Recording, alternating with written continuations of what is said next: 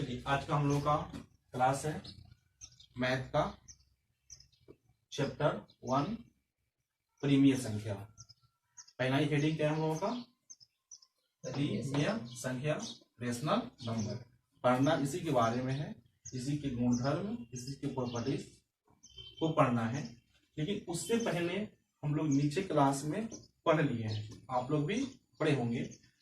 प्राकृतिक संख्या, natural number, पूर्ण संख्या, होल नंबर, पूर्णांक संख्या, इंटीजर नंबर। इन तीनों को आप लोग 6, 7 तक कंप्लीटली पढ़ लिए हैं।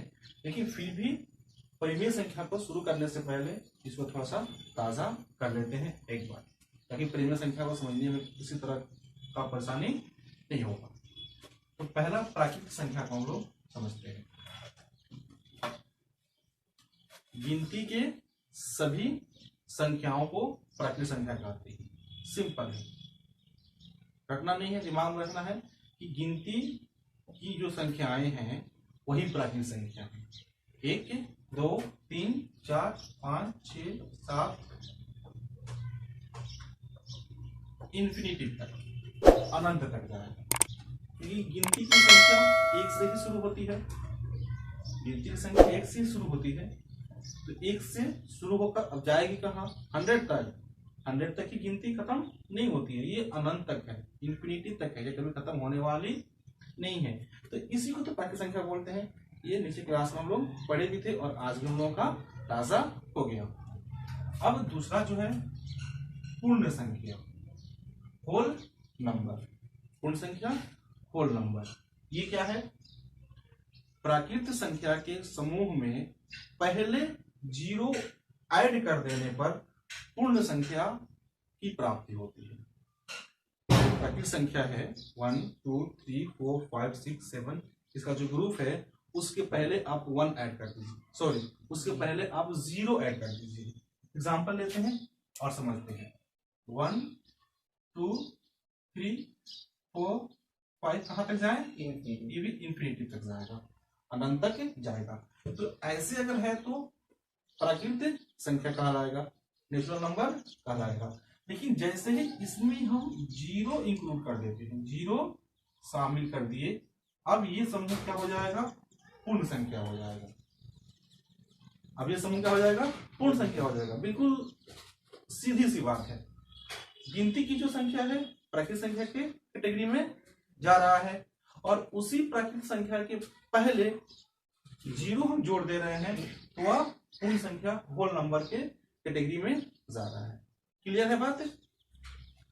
अब इन दोनों पर 1-2 छोटा छोटा प्रश्न लेते हैं।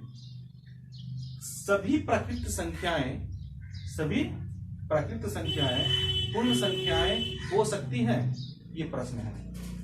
क्या सभी प्राकृतिक संख्याएं पूर्ण संख्याएं हो सकती हैं? सीधी सीधी बात में सभी प्राकृतिक संख्याओं को पूर्ण संख्याएं कह सकते हैं, हाँ या ना? कह सकते हैं। सभी प्राकृतिक संख्याएं पूर्ण संख्याएं हो सकती हैं। सभी प्राकृतिक संख्याओं को पूर्ण संख्याएं कह सकते हैं। देखिए ना जरा, बोर्ड पे देखिए तो 1 प्राकृतिक संख्या है, 1 पूर्ण संख्या है। 2 प्राकृतिक संख्या है, 2 पूर्ण संख्या है। 3 प्राकृतिक संख्या है, 3 पूर्ण संख्या है। 4 प्राकृतिक संख्या है, 4 प्राकृतिक संख्या है। यहाँ पर 5 होगा, तो जो छूट गया है। 5 प्राकृतिक संख्या है, 5 पूर्ण संख्या है। 6 प्राकृतिक संख्या है, तो यहाँ पर भी 6 पूर्ण संख्या है। अब आगे बढ़ेंगे तो 7, 7, 8, 8, 9, 9, ऐसे इंफिनिटी तक ये भी जाएगा।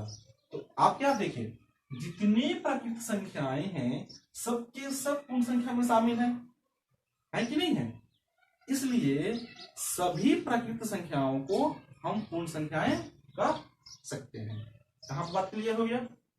दूसरा छोटा सा प्रश्न, क्या सभी पूर्ण संख्या, देखिए सभी के मतलब सभी, एक भी नहीं छूटना चाहिए। क्या सभी पूर्ण संख्याएं प्राकृतिक संख्याएं हो सकती हैं?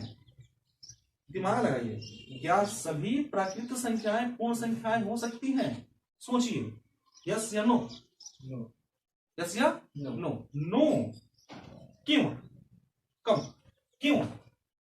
लेट नहीं कीजिए, राइट 4 बजे आ जाइए, हम क्लास शुरू कर देंगे, क्लास छूटेगा तो आपका हो जाएगा फास्ट फास्ट। कम 0 1 2 3 आप अप्लाई बना, जो आ रहे हैं शांति से बैठ जाए, क्लास में डिस्टर्ब ना करें। आप लोग लेट कर जा रहे हैं, वो गलती आपकी है, चुपचाप बैठिए। 0।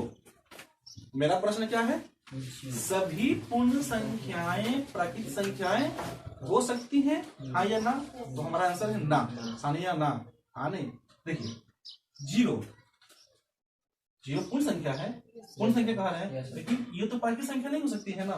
तो सभी के मतलब सभी, तो सभी पूर्ण संख्याएं प्राकृतिक संख्याएं नहीं हो सकती हैं। ओके, सभी प्राकृतिक संख्याएं पूर्ण संख्याएं हो सकती है। इन दोनों बात को आप याद रखेंगे। आगे चलते हैं। पूर्णांक संख्या, इंटीजर, इसको समझिए, सिंपल सी बात।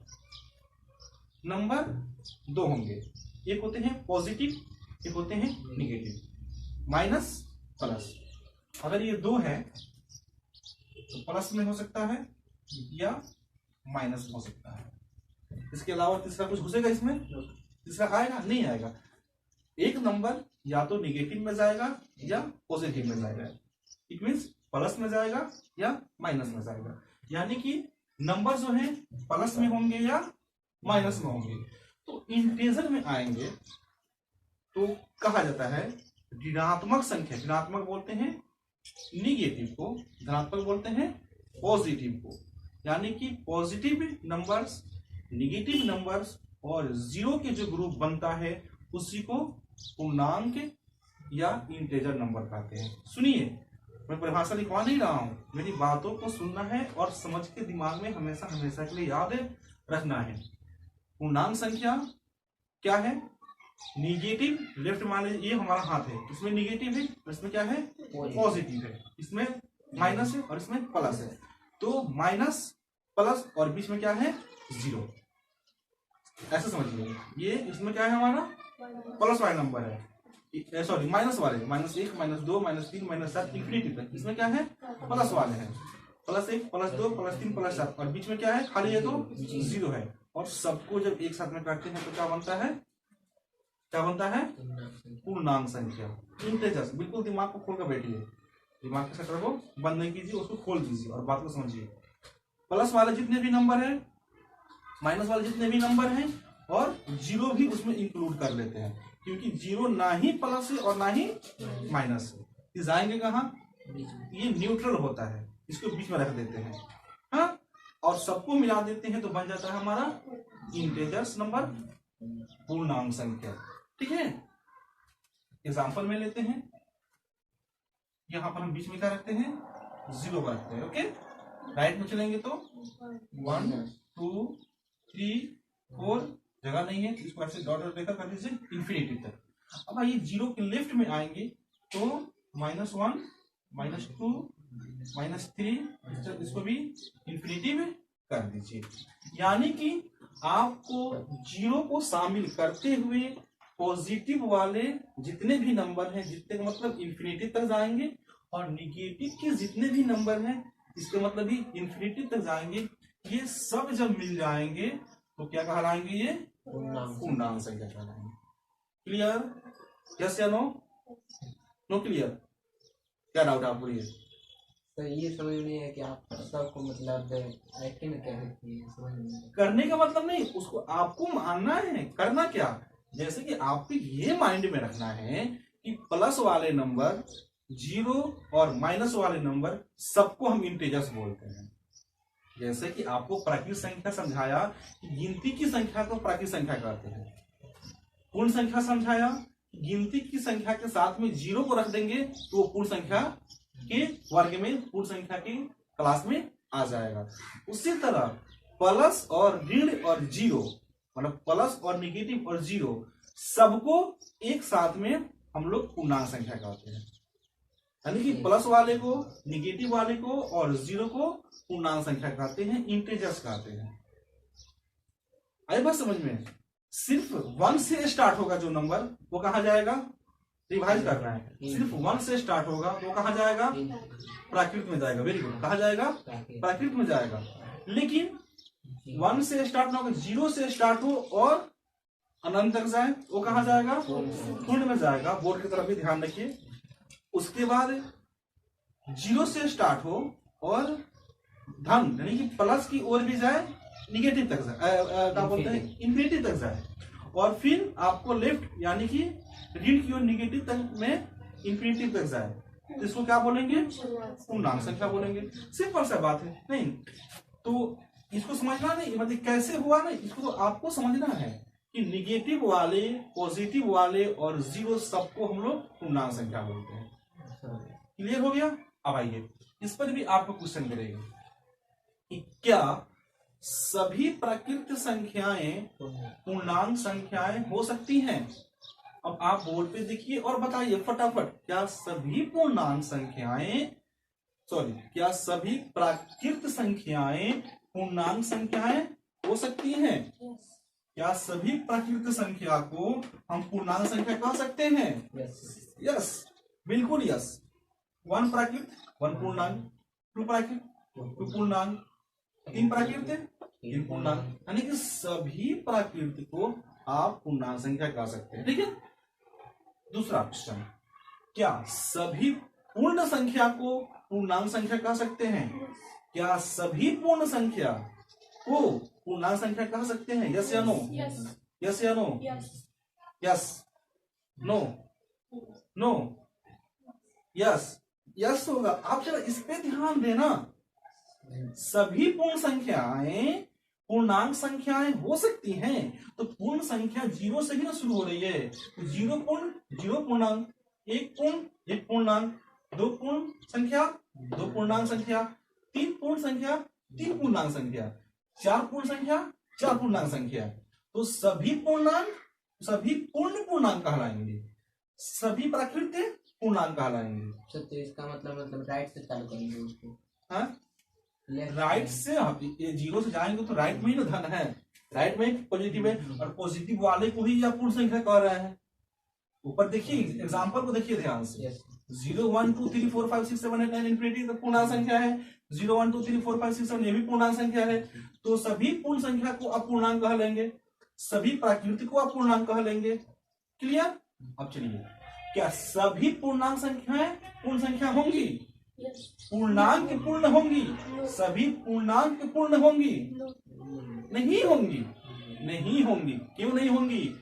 पूर्णांक में निगेटिव आ जा रहा है ना, निगेटिव को पूर्णांक बोलेंगे, पॉजिटिव को पूर्णांक बोलेंगे, 0 को पूर्णांक बोलेंगे। आ रही बात समझ में अंजू। निगेटिव को पूर्णांक बोलेंगे, लेकिन निगेटिव को पूर्ण तो नहीं बोल रहे हैं ना, तो कैसे सभी पूर्णांक पूर्ण हो सकता है। इसलिए सभी पूर्णांक पूर्ण संख्या नहीं हो सकती है, सभी पूर्णांक प्राकृत संख्या भी नहीं हो सकती है।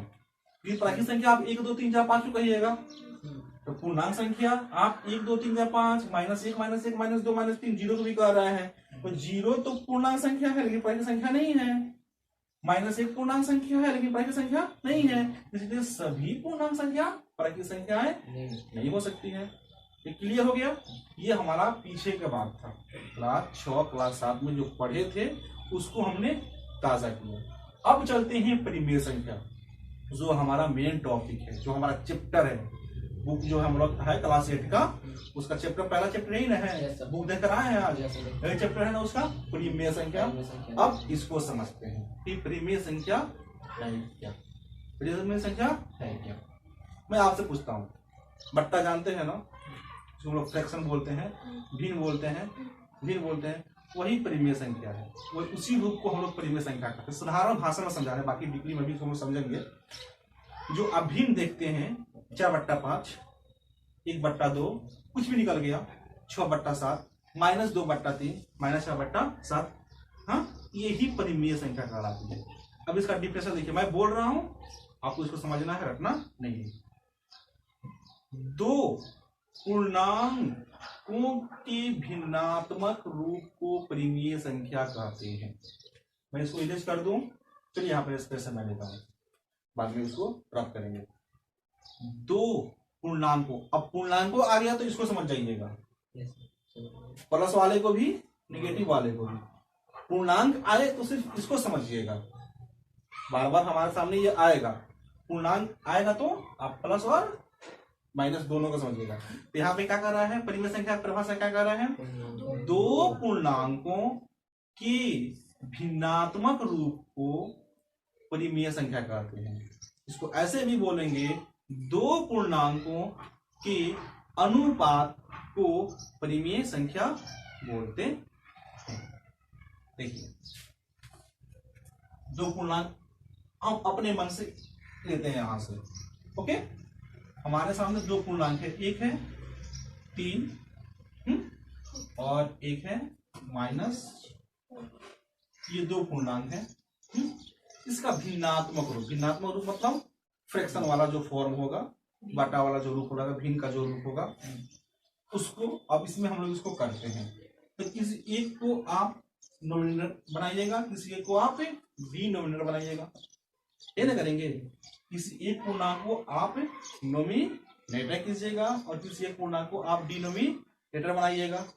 तो मान लीजिए कि हम -5 को बना देते हैं ऊपर, यानी कि नोमिनेटर कर देते हैं, और 3 को क्या कर दिया हम, डिनोमिनेटर कर दिए।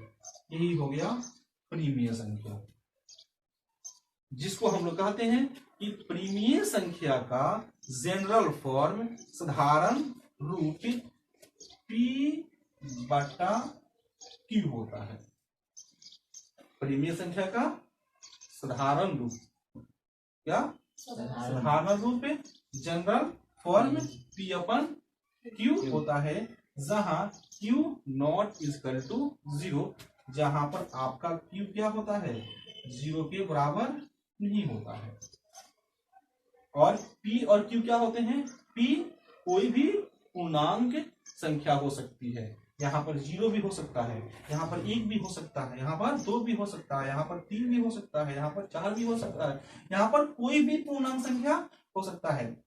Q की जगह पर भी कोई भी पूर्णांक संख्या हो सकता है, लेकिन एक चीज नहीं हो सकता है, क्या, Q नॉट इक्वल टू 0, यानी कि यहाँ पर आपको 0 नहीं हो सकता है, बाकी कुछ भी हो सकता है, सिर्फ 0 नहीं। हाँ, Q की जगह पर 0 नहीं हो सकता है, बाकी कुछ भी हो सकता है। और P की जगह पर तो कुछ भी हो सकता है, 0 भी हो सकता है, 1 भी हो सकता है, माइनस भी हो सकता है, प्लस भी हो सकता है, कुछ भी हो सकता है।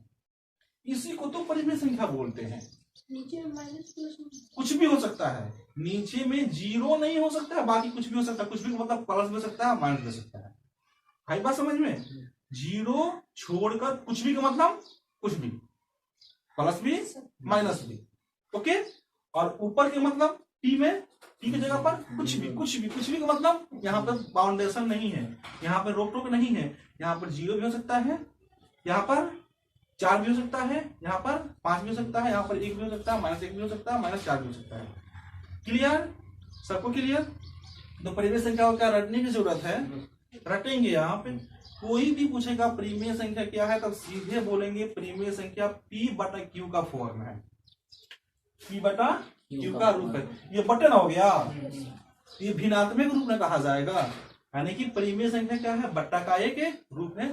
परिमेय संख्या दो पूर्णांकों का भिन्नात्मक रूप है, दो पूर्णांकों का बटा का रूप है, जो P/Q के जैसा होता है। इसको हम इसे बोलते हैं, इसका जनरल फॉर्म जो होता है P/Q होता है। इसको मिला देना, अब जरूरत तो है नहीं इसको, है ना, इसको रब कर।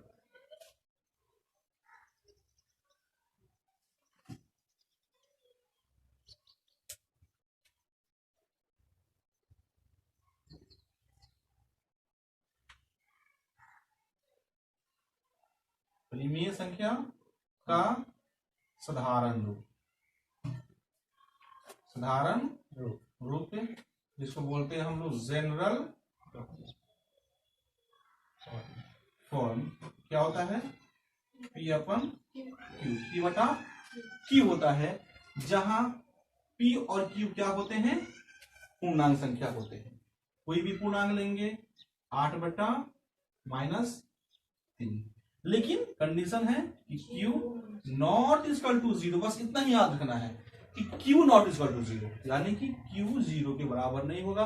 बाकी हम यहाँ पर कुछ भी रखेंगे, P की जगह पर कुछ भी रखेंगे। सर मतलब वहाँ पे जो पी क्यू है हाँ, उसके जगह पर अल्फाबेट का कोई और भी अक्षर आ जाएगा तो वो उसको भी उसी समझ लेंगे या फिर वही रहेगा? मैं बात आपको समझा नहीं। पी की जगह पर आपको क्या रखना है? मतलब ए और ए रहेगा, ओ रहेगा, ए हाँ, उसी को तो यहाँ पर आप इसको पी की जगह पर आप अंग्रेजी के कोई भी रखिए, ए अपन बी रख दीजिए। ए का नहीं मतलब है ना, यस सर। ए अपन बी हो गया। यानी कि ए कोई भी पूर्णांक संख्या हो सकती है, बी भी कोई भी पूर्णांक की संख्या हो सकती है, लेकिन B not equal to zero. Simple से भाषा में याद रखिए कि नीचे हमारा जीरो नहीं होना चाहिए।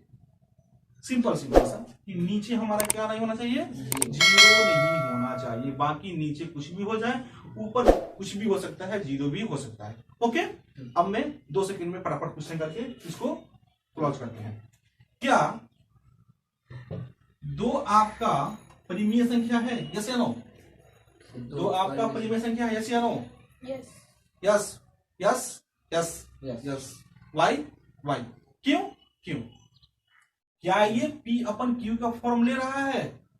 क्या ये P अपन Q का रूप ले रहा है? क्योंकि कहीं भी आप देखिए, बस पहचान की ये परिमेय संख्या हो सकता है या नहीं हो सकता है, तो दिमाग में ये होना चाहिए कि P बटा Q का या A बटा B का या C बटा D का रूप आ रहा है या नहीं आ रहा है, बटा का रूप बन रहा है या नहीं बन रहा है। तो हमारा क्वेश्चन था कि 2 परिमेय संख्या है, यस या नो? आपने कहा यस, बिल्कुल सही कहा, बिल्कुल आपने सही कहा। ये परिमेय संख्या का रूप तो ले सकता है, क्योंकि हम लोग जानते हैं कि सभी भी पूर्णांक संख्याएं हैं, जितने भी पूर्णांक संख्याएं हैं उसके डिनोमिनेटर जो होता है 1 होता है। आसान भाषा में सभी पूर्णांक संख्याओं के नीचे 1 छुपा हुआ रहता है, जिसको हम लोग शो नहीं करते, बचपन से सीखते आ रहे हैं। जब बट्टा का जोड़ बनाना शुरू किए होंगे 3rd फ्लोर में, वहीं पर बता दिया गया होगा कि आपके नीचे क्या होता है, एक छुपा हुआ रहता है। तो अगर जब इस एक को हम लोग शो करेंगे तब तो हो गया ना पी अपन क्यू का फॉर्म। जब एक को हम शो करेंगे तब तो हो गया ना पी बटा क्यू का, क्योंकि पी हो गया आपका 2, क्यू हो गया आपका 1, इसलिए आपका 2 भी क्या है? परिमेय संख्या है। क्या आपका -5 परिमेय संख्या है? यस या नो? यस यस, क्योंकि इसके नीचे भी क्या है? 1 हाइट है। क्या 2/3 आपका परिमेय संख्या है? यस या नो? यस, क्योंकि ऑलरेडी बिल्कुल स्पष्ट दिखाई दे रहा है कि 2/3 P/Q का फॉर्म है। ओके, परिमेय संख्या में कोई डाउट? किसी भी आदमी को डाउट है तो पूछे, मैं फिर से रिवर्स करूंगा। नेचुरल नंबर अब याद रहेगा, होल नंबर याद रहेगा, इंटीजर्स याद रहेगा, और आपको परिमेय संख्या याद रहेगा। टेस्ट लेंगे, इतना आप याद रखेंगे। छोटी मोटी ऑब्जेक्टिव क्वेश्चन का जो है ना, टेस्ट होंगे जब हम लोग कुछ पढ़ लेते हैं तो। ओके, अब यहाँ पर कोई दिक्कत नहीं है ना? देखिए, परिमेय संख्या का गुणधर्म, प्रॉपर्टीज ऑफ रेशनल नंबर। देखिएगा, ये जो भी हम लोग इसमें गुणधर्म जो पढ़ेंगे, ये आपका पीछे भी हम लोग पढ़ चुके हैं, लेकिन वो पढ़े थे हम लोग पूर्णांक संख्या पर। 1 2 3 4 5 6 7 8 9 10 12 पढ़े थे, सब पढ़े हैं हम लोग 7th क्लास में। लेकिन अभी इसको जो पढ़ रहे हैं तो हम लोग इसको परिमेय संख्या पढ़ेंगे। पहला हम लोग का क्या है? सन विथ क्लोजर। इसका मतलब देखिए क्या होता है कि जब हम दो परिमेय संख्याओं को जोड़ दें तो क्या परिमेय संख्या आता है? हाँ, 2 परिमेय संख्याओं को जोड़ेंगे तो परिमेय संख्या आएगा, 2 परिमेय संख्याओं को घटाएंगे तो परिमेय संख्या आएगा, 2 परिमेय संख्या को गुणा करेंगे तो परिमेय संख्या आएगा, 2 परिमेय संख्याओं को भाग करेंगे तो परिमेय संख्या आएगा। परिमेय संख्या आप अच्छी तरह से समझ गए हैं। तो पहला जो संयुक्त नियम है, इसको हम लोग चलते हैं चेक करते हैं। पहला संयुक्त क्लोजर नियम, दूसरा क्रम विन्यता कम्यूटेटिव प्रॉपर्टीज, तीसरा साहचर्यता एसोसिएटिव प्रॉपर्टीज। अब इसमें ऐड कर लीजिएगा, स्पेस की कमी इसलिए मैं लिखा नहीं। चौथा व्युत्क्रम कर्म रेसिप्रोकल, पांचवा वितरक नियम डिस्ट्रीब्यूटिव लॉ, यहाँ पे छोटी है आप लोग ऐड कर लीजिएगा LAW। छठा युज्य प्रतिलोम एडेटिव इनवर्स। इन 6 को हम लोगों को सीखना है और इसी क्लास में हम लोग को सीखना है। तो चलिए इन 6 को में से हम लोग एक एक करके सबको सीखते हैं, एक एक करके सबको सीखते हैं। क्लोजर प्रॉपर्टीज में क्या होता है कि जब दो परिमेय संख्याओं को ऐड करेंगे तो परिमेय संख्या ही आएगा, दो परिमेय संख्याओं को घटाएंगे तो परिमेय संख्या ही आएगा, दो परिमेय संख्याओं को गुना करेंगे तो परिमेय संख्या ही आएगा, दो परिमेय संख्याओं को भाग करेंगे तो परिमेय संख्या ही आएगा। चलिए हम लोग एक एक करके इसको हम लोग चेक करते हैं, एडिशन पर चेक करते हैं। ठीक है, ऐड पर दो परिमेय संख्याओं को लेकर चेक करते हैं। हमारे सामने 2/3 प्लस 4/2 ये परिमेय संख्या है, इसको ऐड कीजिए फटाफट। ऐड करने पर आपको क्या मिल जाएगा 6, यानी कि आपका 3 2 6 4 2 3 6 15। ऐड करने पर क्या आएगा 19/6 आया।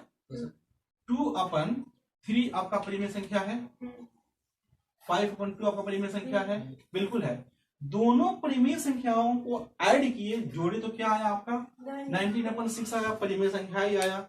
इसी को तो बोलते हैं सन्निहित क्लोजर प्रॉपर्टीज, यानी कि परिमेय संख्याओं को ऐड करो तो परिमेय संख्या आए। ओके, फिर आइए सब्ट्रैक्शन बी नंबर में चेक करते हैं। इसका कहना है कि आप दो परिमेय संख्याओं को घटाइएगा तो क्या आएगा परिमेय संख्या ही आएगा। आइए घटाकर देखते हैं। 5/3 माइनस 2/5 घटाकर देखते हैं क्या ये सत्य है या गलत है। 15 तो क्या हो जाएगा यहाँ पर 15 आपका 15 होगा। यस आप जानते हैं ना बट्टा का जो फटाफट बनाते हैं इसको। तो 3 5 2 5 5 जा 25 माइनस 5 3 जा 3 2 जा 6 माइनस करने पर क्या आएगा 19/5। सब माइनस में कहाँ पे माइनस कीजिएगा बोलिए आप। सही है, माइनस ही किए हैं ना। सही 25 से 19 होगा। आप देखिए 5/3 परिमेय संख्या है, 2/5 परिमेय संख्या है। जब इसको हमने माइनस किया, घटाया, सब्ट्रैक्शन किया तो 19/5 ही आया जो परिमेय संख्या है। यानी कि ए भी क्या हो गया सही हो गया, बी भी क्या हो गया सही हो गया। यानी कि एडिशन में हम लोग परिमेय संख्या को ऐड करने पर परिमेय संख्या आएगा, सब्ट्रैक्शन में परिमेय संख्या को सब्ट्रैक्ट करने में परिमेय संख्या आएगा। ये दोनों कथन क्या हो गया सत्य हो गया, सामने सत्य हो गया। अब है तीसरा क्या कि गुना करने पर क्या आपको परिमेय संख्या ही आएगा। मल्टीप्लिकेशन लीजिए, किसी भी दो आप परिमेय संख्या को उठाइए तो निगेटिव में लेते हैं 2/3 ओके, मल्टीप्लाई 5/4 एक माइनस ले लिए एक प्लस ले लिए। अब जब इसको हम मल्टीप्लाई करेंगे तो क्या होगा यहाँ पर 2 से इसको कर देते हैं 2 2 4। अब ऊपर में हो गया यहाँ पर 1 1 5 माइनस 5/3 2 6। इसमें भी देखिए तो आप 2/3 क्या है परिमेय संख्या है, 5/4 भी क्या था परिमेय संख्या था। तो दोनों को गुना किया मल्टीप्लाई किया तो -5/6 आया जो एक परिमेय संख्या है। अब चलिए डी, जो डिवीजन पर चेक करते हैं, डिवाइड पर चेक करते हैं। ये आपका मल्टीप्लिकेशन लिखा पूरा नहीं लिखे हैं। अब देखिए 8/7 डिवाइड 2/21। 8/5 एक परिमेय संख्या है, 2/21 भी क्या है परिमेय संख्या है। अब दोनों को डिवाइड करते हैं, दोनों को डिवाइड करते हैं। तो डिवाइड तो करना जानते हैं आप, क्या होगा हमारा ये जो 8/7 है, ठीक है। फिर ये डिवाइड को आप मल्टीप्लिकेशन में चेंज कीजिएगा और ये आपका 2/21 जो है ये उल्टा हो जाएगा। नहीं जैसे ना हम लोग बताएगा नीचे क्लास में कि ऊपर वाला नीचे आ जाएगा, नीचे वाला ऊपर चला जाएगा। अब इसको जैसे हम लोग मल्टीप्लाई करते हैं कर देंगे 7 1 7 7 3 2 1 2 करने के बाद में क्या मिलेगा हम लोगों को 3 4 12 और ये नीचे क्या हो गया 1 के 1 हो गया। तो यहाँ पर आप देखिए कि 8/7 भी आपका परिमेय नंबर परिमेय संख्या, 2/21 यानी 2/21 भी आपका परिमेय संख्या। और जब इसको हमने हल किया तो हमारा 12 आया, क्या आया 12 आया। तो क्या 12 परिमेय संख्या है। अभी हम लोग सीखे हैं कि इसके नीचे क्या होता है 1 छुपा होता है, 12 परिमेय संख्या है, ठीक है। इसलिए आपका परिमेय संख्या को परिमेय संख्या से भाग करेंगे तो परिमेय संख्या आएगा, परिमेय संख्या को परिमेय संख्या से गुना करेंगे तो परिमेय संख्या आएगा, परिमेय संख्या को परिमेय संख्या में जोड़ेंगे तो परिमेय संख्या आएगा, परिमेय संख्या से परिमेय संख्या घटाएंगे तो परिमेय संख्या आएगा। क्लियर।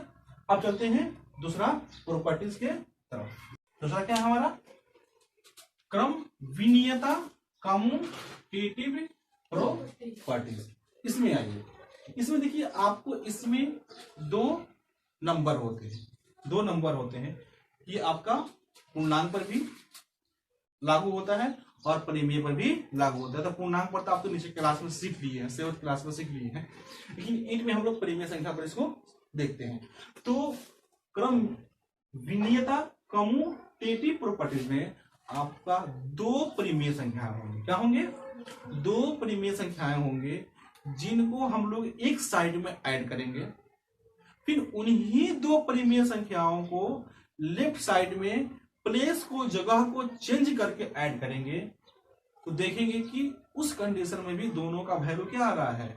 सेम आ रहा है। एग्जांपल देते हैं, यानी कि विनियमता में क्या होता है a upon b plus c upon b is equal to c upon d plus a upon b। ठीक है, ए बी सी डी की जगह पर कोई पूर्णांक संख्या होगा, यानी कि a बटा b को c बटा d से जोड़ेंगे, फिर इसको थोड़ा सा उल्टा कर दिया, यानी कि पहले आप c बटा d को कर देते हैं और जो a बटा b पहले था उसको बाद में कर देते हैं। तो इधर भी जोड़ेंगे और इधर भी जोड़ेंगे, इधर जोड़ने पर जो आपका योगफल आएगा वो और इधर जोड़ने पर जो योगफल आएगा दोनों क्या होगा? सेम होगा। इसी को हम लोग बोलते हैं कम्यूटेटिव प्रॉपर्टीज, क्रम विनियता। एग्जांपल लेकर चेक करते हैं। ओके, a बटा b की जगह पर कुछ भी अपने मन से रख लीजिए, कोई भी परिमेय संख्या अपने मन से रख लेते हैं। तो 1/2 रखते हैं, ओके, प्लस यहाँ पर 3/5 हो गया। a बटा b की जगह पर क्या है? 1/2 और c बटा d की जगह पर क्या है? 3/5। अब इज इक्वल टू, ओके, अब इसको करते हैं क्या? c अपन d, c बटा d की जगह पर क्या रखेंगे हम? हाँ, इधर से आ गया, इधर हम c बटा d की जगह पर 3/5 रखे हैं, तो अब यहाँ पर c बटा d की जगह पर क्या रखेंगे? 3/5 रखेंगे, प्लस का साइन देंगे और a बटा b की जगह पर क्या रखेंगे? बोलते रहेंगे, क्या रखेंगे? 1/2। ठीक है, तो कहता है यहाँ पे बीच में बराबर का साइन दे दिया है, कह रहा है कि अब आप इसको भी ऐड कीजिए और इसको भी ऐड कीजिएगा तो दोनों क्या आएंगे? बराबर आएंगे, सेम आएंगे। तो चलिए दोनों को हम लोग ऐड करके देखते हैं क्या ये सेम आ रहे हैं। तो शॉर्टकट में इसको ऐड कीजिए, कितना हो जाएगा आपका? 10। क्या हो जाएगा? 5/6 हो जाएगा। नहीं, ऐड करने पर क्या मिल जाएगा हम लोगों को? 11/10। क्या मिला? 11/10। यहाँ पर इसको छोड़िए, अब उसको आप करके देखिए क्या सही आ रहा है कि नहीं आ रहा है। इसको भी जब आप ऐड करेंगे तो क्या होगा? 10 6 प्लस 2 5 क्या हो गया? 11/10। यहाँ पर भी क्या आ गया? सेम हो गया। समझे बच्चों, यही है हमारा क्रम विनियता, यानी कि क्रम विनियता दो परिमेय संख्याओं पर लागू होता है। क्लियर? कोई डाउट नहीं है? अब चलते हैं तीसरा पॉइंट पर। ठीक है, अब इसमें क्या होता है आप इसको ध्यान से देखिए। अभी इसके पीछे हम लोगों ने क्या लिया? दो परिमेय संख्या, उसको हम लोग कम्यूटेटिव प्रॉपर्टीज बोले, क्रम विनियता बोले। अब इसको हम लोग सहचरता ले रहे हैं, जिसको एसोसिएटिव प्रॉपर्टीज बोल रहे हैं। तो इसमें अब 2 की जगह पर 3 नंबर आएगा, जो की जगह पर 3, यानी पहले हम लोग कम्यूटेटिव में 2 लिए, अब इसमें 3 परिमेय नंबर लेंगे, यानी कि इसमें ऐसे होगा a बटा b प्लस c बटा d प्लस e बटा f, okay, is equal to अब इसमें क्या करेंगे? c बटा d प्लस e बटा f, इनको ब्रैकेट में करके पहले इनको जोड़ेंगे, उसके बाद में a बटा d को जोड़ेंगे। ठीक है, यहाँ पर 3 जो जगह था, अब इस जगह को चेंज कर दिए, इसको पहले ले लेते हैं और इसको बाद में कर देते हैं। तो सीधा सीधे उठाते हैं, ये जो 2 बाद में है, इन 2 को अब हम पहले कर लेते हैं और जो ये पहले हैं इसको हम लोग बाद में कर देते हैं। तो एसोसिएटिव प्रॉपर्टीज सहचार्यता कहता है कि आप 3 नंबर को जोड़िए, 3 नंबर को क्या कीजिए?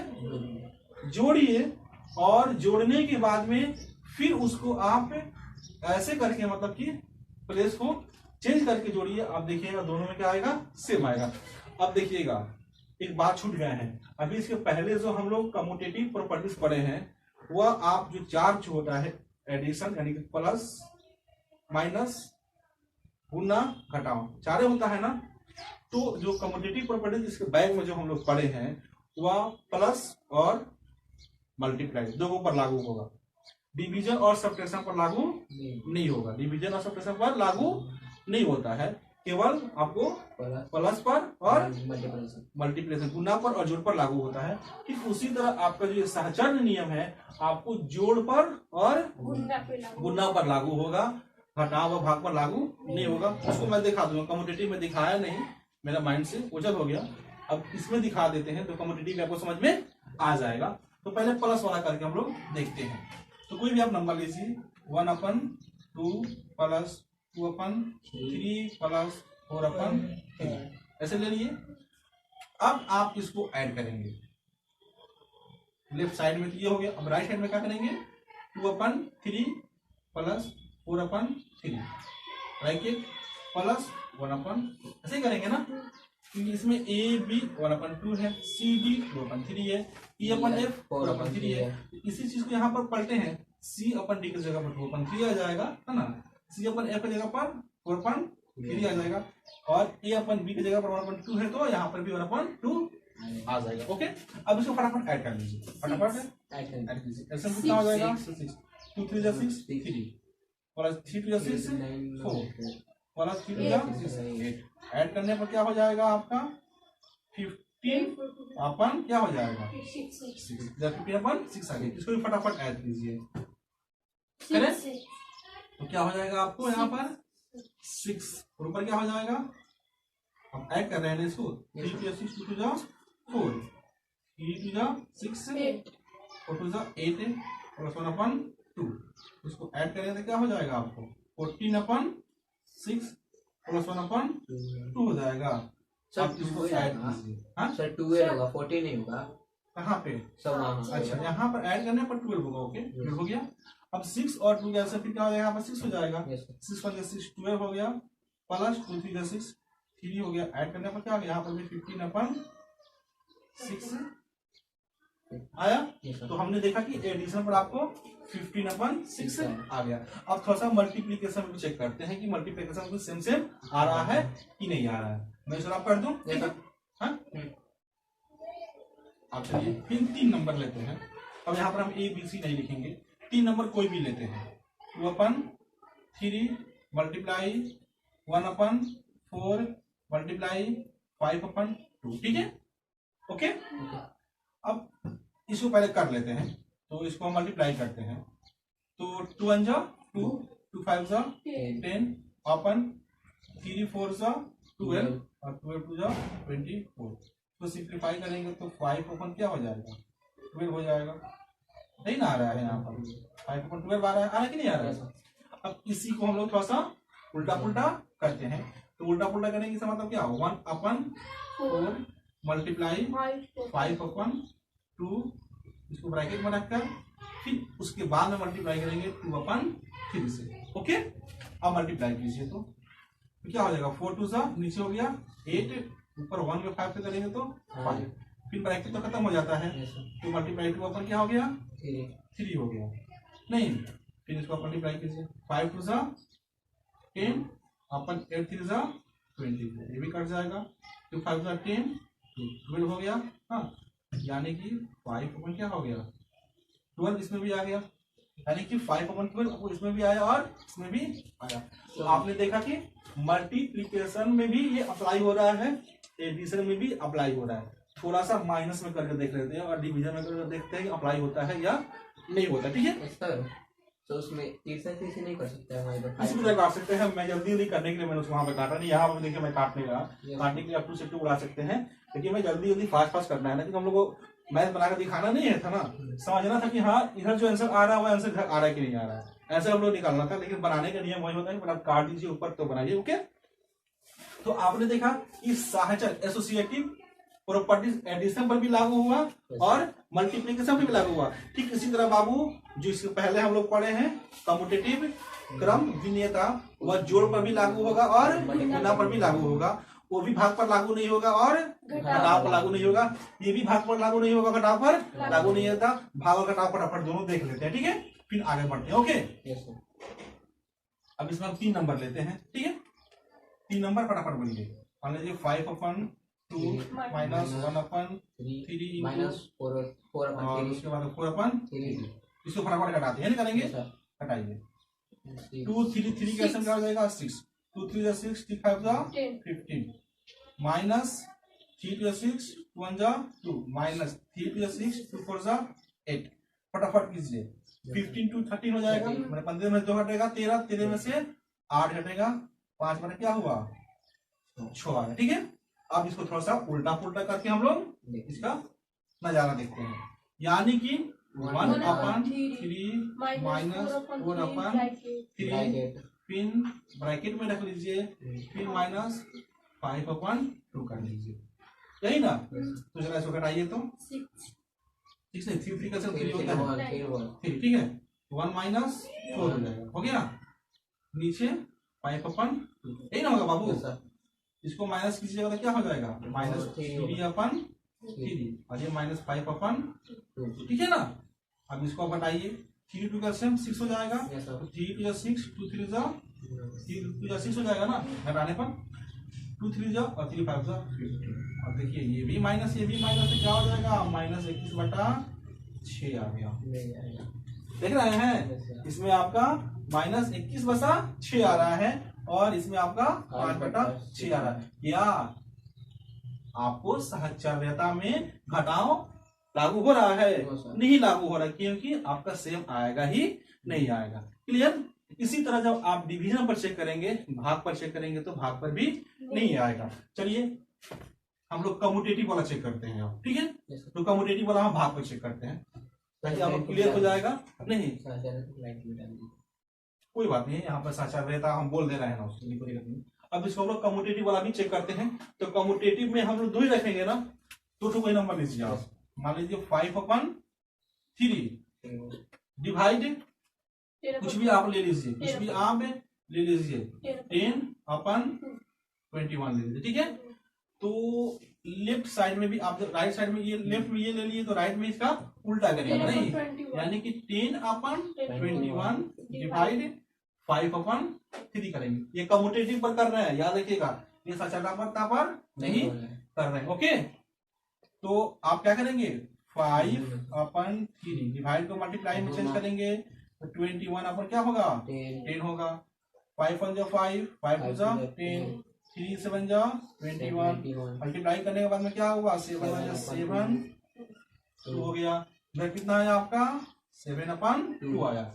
इधर देखते हैं कि 7/2 आता है कि नहीं आएगा, तभी ना कहेंगे कि हाँ लागू होगा। नहीं आएगा तो कहेंगे लागू नहीं होगा। 10/21 मल्टीप्लाई क्या हो जाएगा? 3/5 3 7 जा हो जाएगा 3 7 जा 21 5 2 जा 10 क्या आया? 2/7 आया, सीधे उल्टा आ गए। लीजिए इधर आ रहा है 7/2, इधर आ रहा है 2/7, सीधे उल्टा हो गया। सेम से आना चाहिए ना। तो कुल मिलाकर आपने क्या देखा कि जो क्रम विनिमयता नियम है वो आपको सिर्फ जोड़ पर और गुना पर ही लागू होगा, घटाव और भाग पर लागू नहीं होगा। सहचर्यता नियम है, एसोसिएटिव जो प्रॉपर्टीज है, गुण है, वो आपको भी जोड़ और गुना पर ही लागू होगा, घटाव और भाग पर लागू नहीं होगा। ओके, क्लियर है। चौथा जो प्रॉपर्टीज है व्युत्क्रम में, इसको आप लोग गुणात्मक प्रतिलोम के नाम से भी जानते हैं, इसको हम लोग रेसिप्रोकल बोलते हैं। अब देखिए व्युत्क्रम में गुणात्मक प्रतिलोम है क्या? किसी भी परिमेय संख्या का, मेरी बातों को सुनिए, किसी भी परिमेय संख्या का गुणात्मक प्रतिलोम वह संख्या होती है जिस संख्या को उस संख्या में गुणा करने पर गुणनफल 1 के बराबर आ जाए। कोई भी परिमेय संख्या है, अब इसको थोड़ा सा तोड़ मोड़ कर हम लोग पढ़ रहे हैं पोस्टमार्टम करके। कोई भी परिमेय संख्या है उसका व्युत्क्रम में कौन सी संख्या होगी, तो वही संख्या होगी जिसको उससे गुणा करें नो तो गुणनफल क्या आ जाए, 1 के बराबर आ जाए। अरे बस समझ में। अब आइए बोर्ड पर, हमारे सामने 2/3 एक परिमेय संख्या है ना। अब मुझे 2/3 का रेसिप्रोकल चाहिए, 2/3 का गुणात्मक प्रतिलोम चाहिए, 2/3 का व्युत्क्रम चाहिए। तो वह क्या होगा, तो 2/3 का व्युत्क्रम वही संख्या होगी जिसको इसमें हम गुणा करें ना तो गुणनफल क्या आ जाए, 1 के बराबर आ जाए। तो वही उतारेंगे। आ रही है बात समझ में। तो क्या 2/3 में किससे गुणा करेंगे तो 1 आएगा। तो जाहिर सी बात है ऊपर 2 है तो नीचे भी अगर 2 रखेंगे तो 2 से 2 क्या हो जाएगा, फिनिश, खत्म। यहाँ पर नीचे 3 है तो यहाँ पर अगर हम 3 रखेंगे तो 3 से 3 क्या हो जाएगा, फिनिश। नहीं हो गया, फिर सीधा हो गया, हो गया, हो गया। तो कुल मिला जुलाकर क्या हुआ, 1 आंसर नहीं आया। आई बात समझ में। तो आप इसको थोड़ा सा ऑब्जर्व कीजिए, इसको आप ऑब्जर्व कीजिए कि क्या हो रहा है किसी भी नंबर। ये तो आप समझ गए कि किसी भी नंबर का रेसिप्रोकल वही होता है जो उसके साथ में गुणा करे तो हमारा 1 आंसर आ जाए, ठीक है। लेकिन अब झटपट किसी भी नंबर का रेसिप्रोकल लिखना हो तो आप कैसे लिखेंगे, कैसे लिखेंगे, इसको आप ऑब्जर्व करके बताइए। सुनिए, किसी भी परिमेय संख्या का रेसिप्रोकल लिखना होगा तो उस परिमेय संख्या को उलट दीजिए, उसका सर नीचे कर दीजिए और उसका पैर ऊपर कर दीजिए। यही ना हुआ यहाँ पर। 2 क्या है, इसका सर है, 3 क्या है, इसका पैर है। तो यहाँ पर क्या हुआ है, सर को नीचे ला दिया है, मुझे नहीं, हेड, ठीक है ना। हमने कहेगा मतलब कि जो इसका ऊपरला भाग है नोमिनेटर है उसको डिनोमिनेटर कर दिए और जो निचरला भाग है उसको हम ऊपर कर देंगे, उसका रेसिप्रोकल क्या हो जाएगा, प्राप्त हो जाएगा। दिमाग में टेप हुआ कि रेसिप्रोकल किसको बोलते हैं, और किसी भी नंबर का रेसिप्रोकल हमें फाइंड करना है तो क्या करेंगे, जिस भी नंबर को कहेगा उसको उलट दीजिए, उसके नीचे वाले को ऊपर चढ़ा दीजिए, ऊपर वाले को नीचे चढ़ा दीजिए। पढ़ा दे, बोलिए 5 का रेसिप्रोकल क्या होगा, 5 का रेसिप्रोकल क्या होगा, क्या होगा, 5 का रेसिप्रोकल कितना होगा ये बताइए, गुने 5 नहीं, इसका रेसिप्रोकल कितना होगा।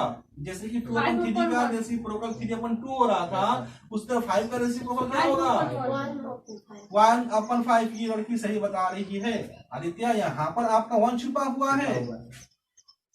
आई बात समझ में। तो इसका रेसिप्रोकल करना है ना, तो इसका तो पैर 1 हुआ, ये 1 जाएगा ऊपर, नहीं 1 जाएगा ऊपर, और इसका सर 5 हुआ तो 5 आएगा नीचे। आई बात समझ में। ये हो गया आपका 5 का रेसिप्रोकल क्या हो गया, 1/5। क्लियर। रेसिप्रोकल भी आपको समझ में, क्या बंदेरा हो रहा है नहीं। कल की क्लास में जो बाकी आपका 2 पॉइंट बचा है, योग्य वितरण नियम और कौन सा था आपका उसके नीचे योज्य प्रतिलोम, इसको पढ़ेंगे। और इसके अंदर आपको और भी चीज पढ़ना है जो योज्य तत्समक है और गुणात्मक तत्समक है। उसके बाद फिर ये पढ़ेंगे कि रेखा पर परिमेय संख्या को कैसे दर्शाते हैं, रेखा पर परिमेय संख्या को कैसे दर्शाते हैं, और उसके बाद में 2 परिमेय संख्याओं के बीच में परिमेय संख्याओं को कैसे ज्ञात करते हैं। अब ये पढ़ेंगे। जब इतना पढ़ लेते हैं, पढ़ने के बाद में तब एक्सरसाइज 1.1 को शुरू स्टार्ट करेंगे। ओके, तो चलिए आज के लिए इतना ही, फिर मिलते हैं कल के क्लास में। ओके।